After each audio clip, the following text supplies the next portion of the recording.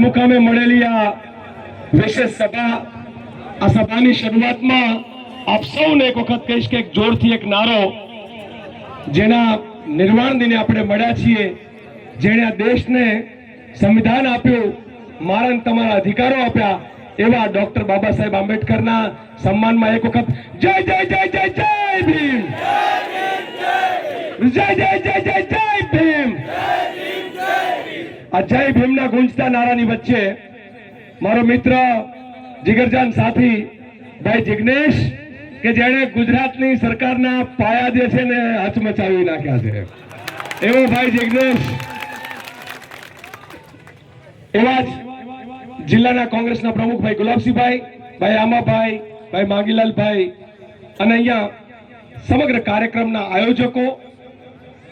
સૌથી વધારે મજા તો ત્યારે આવી કે જિગ્નેશભાઈએ ચેલેન્જ કરી હતી કે મારા પીએ મારા ડ્રાઈવર હારે ડિબેટ કર, અને અહીંયાથી તરત ચેલેન્જ પણ ઉઠાવી લીધી. જેનો સારથી આવો મજબૂત હોય એને શું ચિંતા કરવાની હોય. વૈચારિક ભૂમિકા આમને આપણે સમજાવવાનું છે કે તમે ગુજરાતના મજૂરોને, ખેડૂતોને, પશુપાલકોને માત્ર ગ્રાહક કે માત્ર મતદાર સમજો છો.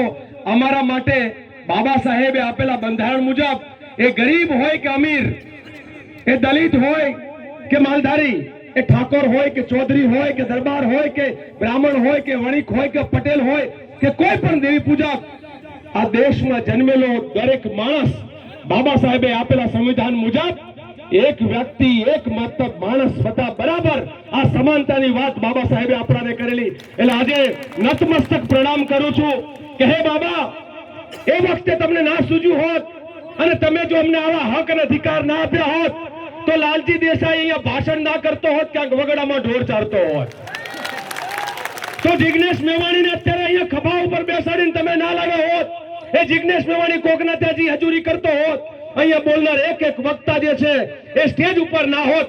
આપણે કોકના પહાયતાની જીવન જીવતા હોત. આ બાબા સાહેબને આપેલા બંધારણના કારણે આપણે લોકો આજે અહીંયા બોલી શકીએ છીએ. અને કેવું બોલીએ છીએ, પોતાની જાતને ગુજરાતનો ઉપમુખ્યમંત્રી કહેતો, ગૃહમંત્રી કહેતો, એને ઝાડા થઈ જાય એવું બોલીએ છીએ. જેવું તેવું નહીં. અલ્યા ભાઈ, એ કે છે તમારા સંસ્કાર, મને સંસ્કારથી વાતની શરૂઆત કરવી છે, તો તને સંસ્કારની વાત કરવાની બુદ્ધિ પહોંચી, તારા સંસ્કાર ઉપર તો પછી આવો. તું જેને તારો બોસ માને છે અને આખા ગુજરાતની ચોટલી જેના હાથમાં છે, એવો હાઈકોર્ટે તડીપાર કરેલો, હું તડીપાર નથી કહેતો, જેને હાઈકોર્ટે તડીપાર કરેલો એવો આ દેશનો ગૃહમંત્રી અહીંયા બાજુમાં જ અહીંયા આજે ભાષણ કરે છે, એને હું જ નથી પડતી લોકસભામાં ના બાબાનું અપમાન કરાય. એમ કે બાબા કરો છો, એના બદલે ફલાણું. અરે બાબા કર્યું એટલે તો આજે અમે અહીંયા છીએ. એ બાબાની વાત કરી, એને બંધારણ આવ્યું. હિન્દીમાં સંવિધાન કે આપણે બંધારણ કે ને, બંધારણ વાળો બાબા આપણે બંધારણ કહીએ. એ બંધારણને હિન્દીમાં સંવિધાન કહેવાય.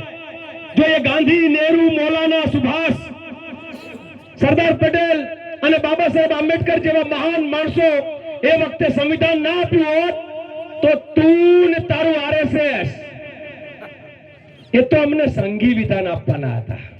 શું આપવાના હતા? સંઘી વિધાન. એનો મતલબ શું?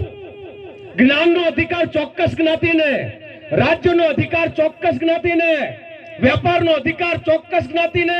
બાકીનાને શું કરવાનું? તો કે મજૂરી. બાકીના ખાલી મજૂરી કરવાની, વેઠ કરવાની.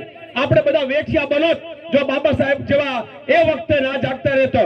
એટલે કહેવત છે, તમને બધાને મારે કહેવું પડે કે જાગતાની પાડી ને ઊંઘતાનો પાડો. આ મારા બેટા અત્યાર સુધી પાડી એ લઈ ગયા છે.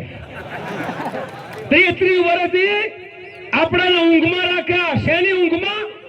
ચૂંટણી આવે એટલે હિન્દુ મુસલમાન, ચૂંટણી આવે એટલે ઠાકોર ને દલિત, ચૂંટણી આવે એટલે ચૌધરી ને રબારી, ચૂંટણી આવે એટલે હિન્દુ ને મુસલમાન, અને ચૂંટણી આવે એટલે રાત્રે પેલી દેશી દારૂની કોથળીઓ. આપણા લોકોને, સામાન્ય માણસોને દારૂનો, આ લોકો બહુ સમજી વિચારીને ગુજરાતમાં દારૂ કાયદેસર બંધ નથી કરતા, ચોપડામાં બંધ. ચોપડામાં બંધ, પણ ગામમાં જ્યાં જોતો હોય તમને હું શિવનગરની બહેનોને સલામ કરું છું કે તમે આખા ગુજરાતને જગાડ્યું. આ થરાદના બનાસકાંઠાના થરાદ જિલ્લો વાલે કે થરાદના લોકોએ તમે લોકોએ આખા ગુજરાત માટે એક એવું કામ કર્યું. ચિનગારી તો એક જ જગ્યાએથી, આ મોટી આગ લાગે ને એમાં ચિનગારી ક્યાંક થાય, આ તમે લોકોએ ચિનગારીનું કામ કર્યું. અને ભાઈએ જિજ્ઞેશે હાથમાં એ ચિનગારીને લઈ અને બરોબર જ્યાં ચાંપવાની હતી એ જ ચાંપી છે, બરાબર જગ્યાએ ચાંપી. તીર દારૂ ગોળો બરોબર હતો અને દારૂના ગોળામાં અંદર નાખે જરાક તો ભડકો તો થાય જ, બ્લાસ્ટ થાય જ.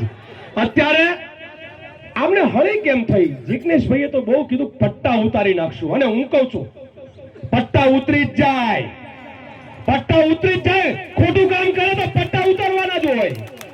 સસ્પેન્ડ થાય કોઈ પણ જગ્યાએ, મિલિટરીમાં હોય કે પોલીસમાં હોય કે કોઈ પણ હોય, નોકરી કરતો આર્મીમાં હોય કે પોલીસમાં હોય, એને જ્યારે સરકાર સસ્પેન્ડ કરે એટલે પહેલું કામ શું કરે?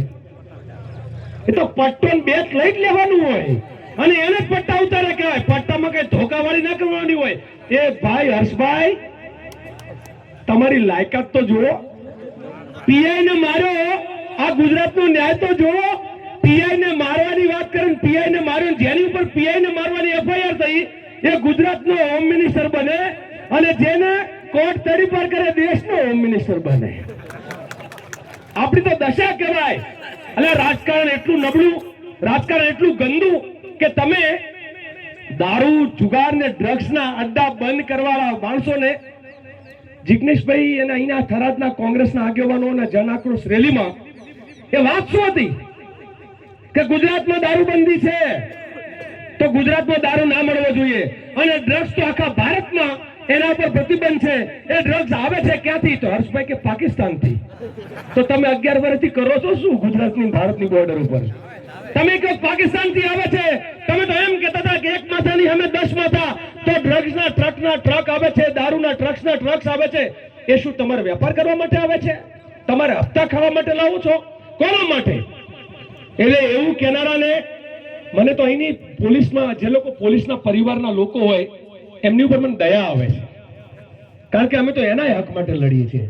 આ પોલીસોના એક જગ્યાએ પૂર આવતું હતું વડોદરામાં, તો પોલીસના ખભા ઉપર બેહીને પેલો ડીએસપી ચડી ગયો.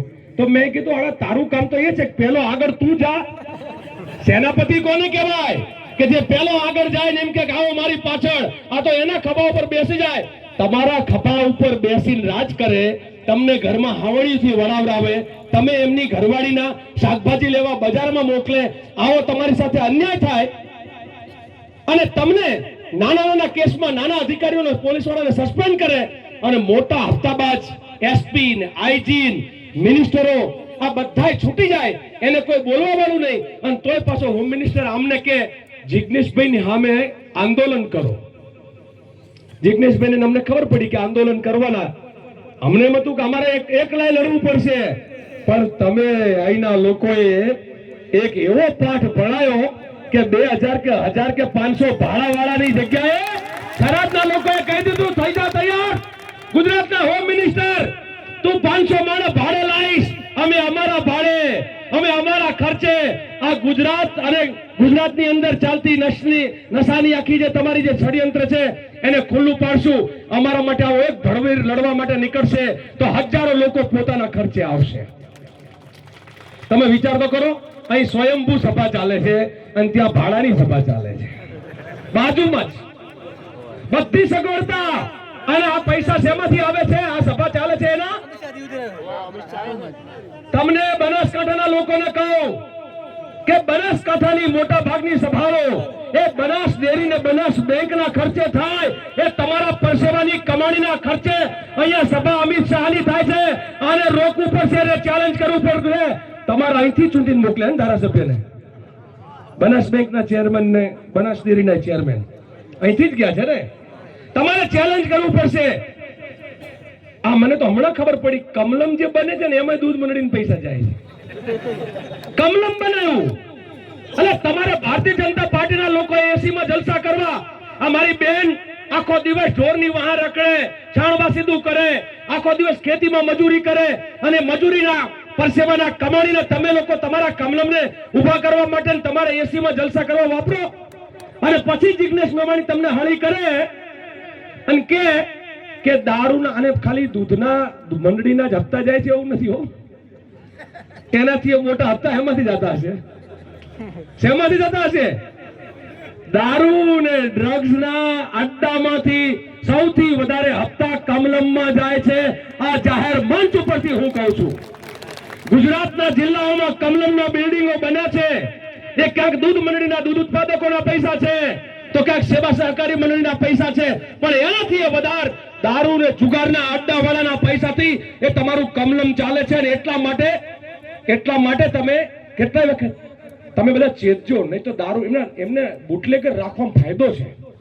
બુટલેગર એમને બે કામ કરી આપે, હપ્તોય આપે અને ચૂંટણી આવે ને ત્યારે નોટ આપે. એ તો જુદી હારોહાર કોને વોટ આપવા દેવા કોને વોટ ના આપવા દેવા એ એમના બુટલેગરોને એ વખતે રમતા મૂકે. ગુજરાતની ચૂંટણીઓ છે, બુટલેગરોને રમતા મૂકીને સરકાર જીતે છે. એને પણ ચેલેન્જ કરવાની જરૂર છે. આવી ચેલેન્જની સાથે સાથે મને એક બે વાત તમને જે કહેવી છે કહીને મારી વાત પૂરી કરીશ. મારે જે સૌથી આ લોકો જયારે સંસ્કાર મારે તમને થરાદના લોકોને પૂછવું છે, દારૂ બંધ કરાવે એને સંસ્કાર કહેવાય કે હપ્તા લે એને સંસ્કાર કહેવાય? તો હપ્તાખોરો સંસ્કારી કહેવાય કે પછી દારૂના અડ્ડા ઉપર રેડ પાડીને દારૂની વિરુદ્ધમાં લડે જિગ્નેશ મેવાણી સંસ્કારી ગણાય? કોણ ગણાય? આ હર્ષ સંઘવીને કેવું પડશે. પાછું ભાઈને હળી વધારે થઈ એટલે ત્યાં ઉપડ્યા ક્યાં ખબર છે? વડગામ ગયા, તાકાત બતાવવા માટે વડગામ ગયા. એમાં તો હું ઓળખતો હતો, થોડા ઘણા તો મારી હારે ઓળખીતા હતા અને ત્યાં બોલતા હતા અમે જિગ્નેશ મેવાણીને આ વખતે હરાવી દેશું. તો પૂછડું હરાવી દેવાના હતા અહીંયા જઈને તમે લોકો. પેલો હવે વડગામ ના થાય તો વડગામની જનતા જીતાડી દેવા માટે કડક છે. અને હું વડગામ ગયો તો હમણાં, અને મેં વડગામના લોકોને કીધું કે હે વડગામવાસીઓ, તમે તો કોલર ઊંચા કરીને ફરી શકો એમ છો, કારણ કે તમે ગુજરાતને એક એવો ધારાસભ્ય આપ્યો છે કે આખા ગુજરાતની ભારતની ચિંતા કરે છે, અને તમે તો એને જે બહાર કામ કરતો હોય તો તમારે એને જીતાડવો જોઈએ. અને તમને લોકોને હું સેલ્યુટ કરું છું. તમે આવો બહાદુર મજબૂત એવો ધારાસભ્ય.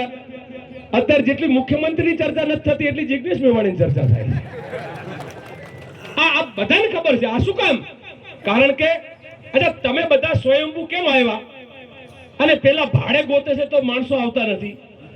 ભાડે આપીને માણસો નથી આવતા, તમે તમારા ખર્ચે આવો છો. એનું કારણ શું? એનું કારણ તમને ખબર છે કે આ ડ્રગ્સના દારૂના ધંધાને જો આજ ના રોક્યો તો આજ એવું બને કે મારા ઘરમાં ના આવ્યું હોય પણ કાલ મારા ઘરે ડ્રગ્સ પહોંચતા વાર લાગવાનું નથી. એટલે હું તમે તમારા બાળકો આવનાર સમયમાં આપણે નથી ઈચ્છતા કે આપણા છોકરાઓ ડ્રગ્સ પીને મરી જાય અથવા ડ્રગ્સના બંધાણી બને તરફડીને મરે. અને એટલા માટે તમે હું આજે જિગ્નેશભાઈની વાત સાચી છે એમ માનીને આપણે એના ટેકામાં આવ્યા છીએ. મારે તમને વિનંતી કરવી છે, કદાચ આ આંદોલન અને લડાઈ બહુ લાંબી ચાલવાની છે. જિગ્નેશભાઈને હેરાન કરવામાં અને જિગ્નેશભાઈની જેમ જ મારા જેવા જે બોલકા બે ચાર લોકો છે એનો બી વારો પડવામાં આ સરકાર રાહ જોઈને બેઠી છે કે અમને ક્યારે હાણહામાં લેવા, બરાબર હાણસીમાં પકડી નથી કરતા એ લેવા, એ રાહ જોઈને બેઠી છે. પણ જે તમે થરાદમાં તે દિવસે બતાવ્યું એવું આખા ગુજરાતમાં બતાવવાની જરૂર પડશે. એક અટક ચાલો તો કરી જુઓ, જિગ્નેશ મેવાણીના હાથ તો લગાડી જુઓ, તમને ખબર પડે કે અમે ગુજરાતના લોકો શું કરીએ છીએ. આઈપીએસ ઓફિસરોને કહે છે કે આના વિરુદ્ધમાં તમે કેસ તૈયાર કરો. એટલે આસામ લઈ ગયા હતા, શું કરી લીધું? આસામ લઈ ગયા હતા, શું કરી લીધું? એટલે આ બધી કોઈ ધમકીની અસર ત્યારે થાય. મારે જિગ્નેશભાઈ જો પીવાની રાતે ટેવ હોય ને તો અમારે ટેન્શન થાય કે આપણે રાતમાં ઉપાડી જાય. અમારે એવું કઈ છે નહીં. અથવા અમે જમીનના કાળા ધંધા કરતા હોય, કોકનું ઘસી નાખેલું હોય તો કાલ ઉઠીને કઈક અહીંયા તો એવું કઈ લાગુ નથી પડતું. એટલે આપણા જિગ્નેશભાઈને મને કાંઈ કશું કરી શકે એમ આ લોકો છે નહીં. તમે બેબાક લડજો, તમે ત્યારે લડો. હું જે સેનાપતિના આગેવાનીમાં લડતો હોય એમાં મને સેનાપતિમાં વિશ્વાસ હોવો જોઈએ.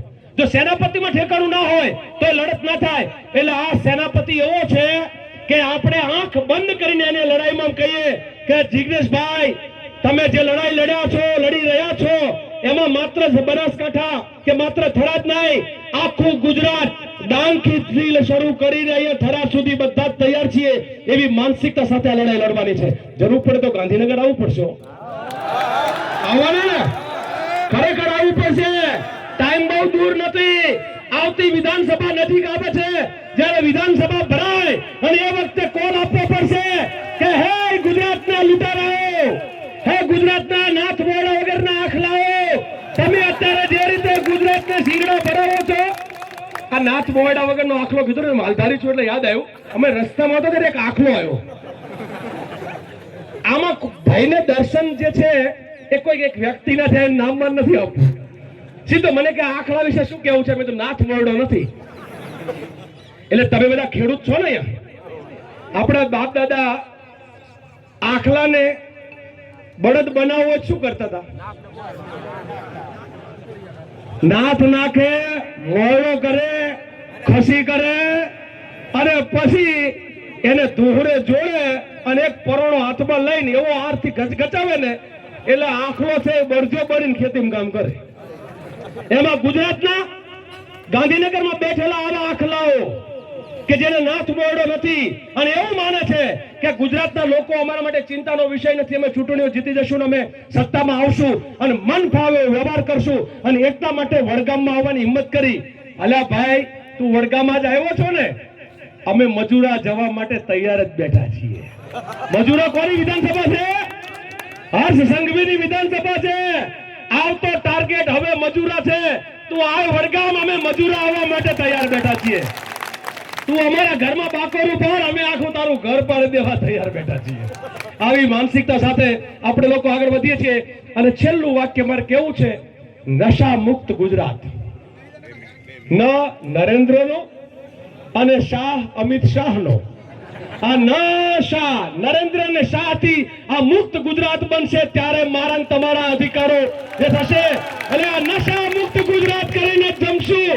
આ ગુજરાતમાંથી નશામાંથી સંપૂર્ણ ગુજરાત મુક્ત, જે ડ્રગ્સ અને દારૂમાંથી ખાલી નહીં, શોષણમાંથી મુક્ત, અત્યાચારમાંથી મુક્ત, બેન દીકરીઓ પર થતા બળાત્કારમાંથી મુક્ત, આપણી સાથે થતા અન્યાયમાંથી મુક્ત એવું ગુજરાત. એટલે નશા મુક્ત ગુજરાત. નરેન્દ્ર શાહ, અમિત શાહ, નશા મુક્ત ગુજરાત માટે તમે હું સૌ તૈયાર થઈ જઈએ. જય જય જય જય જય ભીમ. મને જિગ્નેશભાઈએ કીધું એટલે કેવું તો પડશે. અમારે બે વચ્ચે ઝઘડો ચાલે છે. એ કહે છે 8મું પાસ અને હું કહું છું કે નહીં 9મું નપાસ ઠોઠડો. હવે સર્ટિફિકેટ ઉપર રાતે પેલો ભાઈ ઊંઘે છે એની ચિંતા કરે છે કે હું 8મું પાસ કહેવાઉં કે 9મું નપાસ કહેવાઉં. એને પણ આવો તમે વિચાર તો કરો. મને ખરેખર શરમ આવે છે તમને કહું, ગુજરાતના રાજકારણમાં આપણે એટલા નબળા. અમારે વાત આક્રમકતાથી નથી કહેવી, બહુ દુઃખ સાથે કહેવી છે. હમણાં એક FIR વાંચતો હતો, એક બેનનું ગર્ભાશય કાઢી લીધું. એ બેન ફરિયાદ કરે કે મારું ગર્ભાશય મને પૂછ્યા વગર કાઢી લીધું. આ ગુજરાતમાં લોકોના અંગના વેપાર, લોકોના ક્યારે શું કાઢી લે કઈ ખબર ના પડે. એ ગુજરાત બહુ. બેન પોતાની વાત પણ કરશે. મને તો બે વાંચીને મને આંખમાં આંસુ કે જેના બેનના લગ્ન નથી થયા એ પોતે લખે છે કે હું કુંવારી છું અને મારું આ રીતે ખાલી ગાંઠ કાઢવાની વાત હતી તમે ગર્ભાશય કાઢી નાખો. એ નરાધમો, તમને શરમ નથી આવતી? કોઈ દીકરીનું તમે ગર્ભાશય કાઢો, એના આવનાર એના જીવનનું શું તમને કોઈ કલ્પના નથી આવતી? તમારે ધંધો કરવો છે, અલા ધંધો જ કરવો છે તો જઈ અને ક્યાંક એવો ધંધો કરો કે કોઈના ઘર કે કોઈનું જીવન ના ઉજરે. આ મને શરમ આવે એટલું જ નહીં, પણ તમે જયારે બાબા સાહેબના સૌ અનુયાયી છો, હું તો મને મારી જાતને એમ કહું છું કે બાબા સાહેબ માટે મને એટલા માટે અથાગ પ્રેમ છે. એનું કારણ એટલું છે કે આ બાબા ના હોત ને તો તમે હું આજે રોતા હોત, બહુ જુદી રીતે રોતા હોત. તમે હું આજે જુદા આપણા શરીર ઉપર કોરડાવી જતા હોત. આપણે માત્ર મજૂર હોત, આપણે કોઈક ને કોઈક જગ્યાએ કોઈકના ગુલામ હોત.